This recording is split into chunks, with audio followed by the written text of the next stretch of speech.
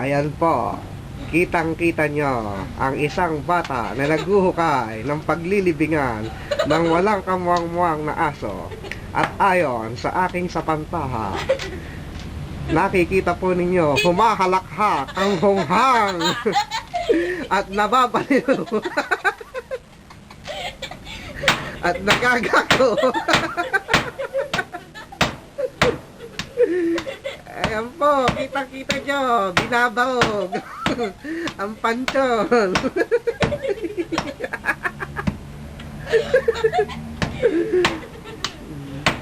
Ayan, ating pong tingnan. Di ba dapat videoan mo? Videoan mo truck mo. No.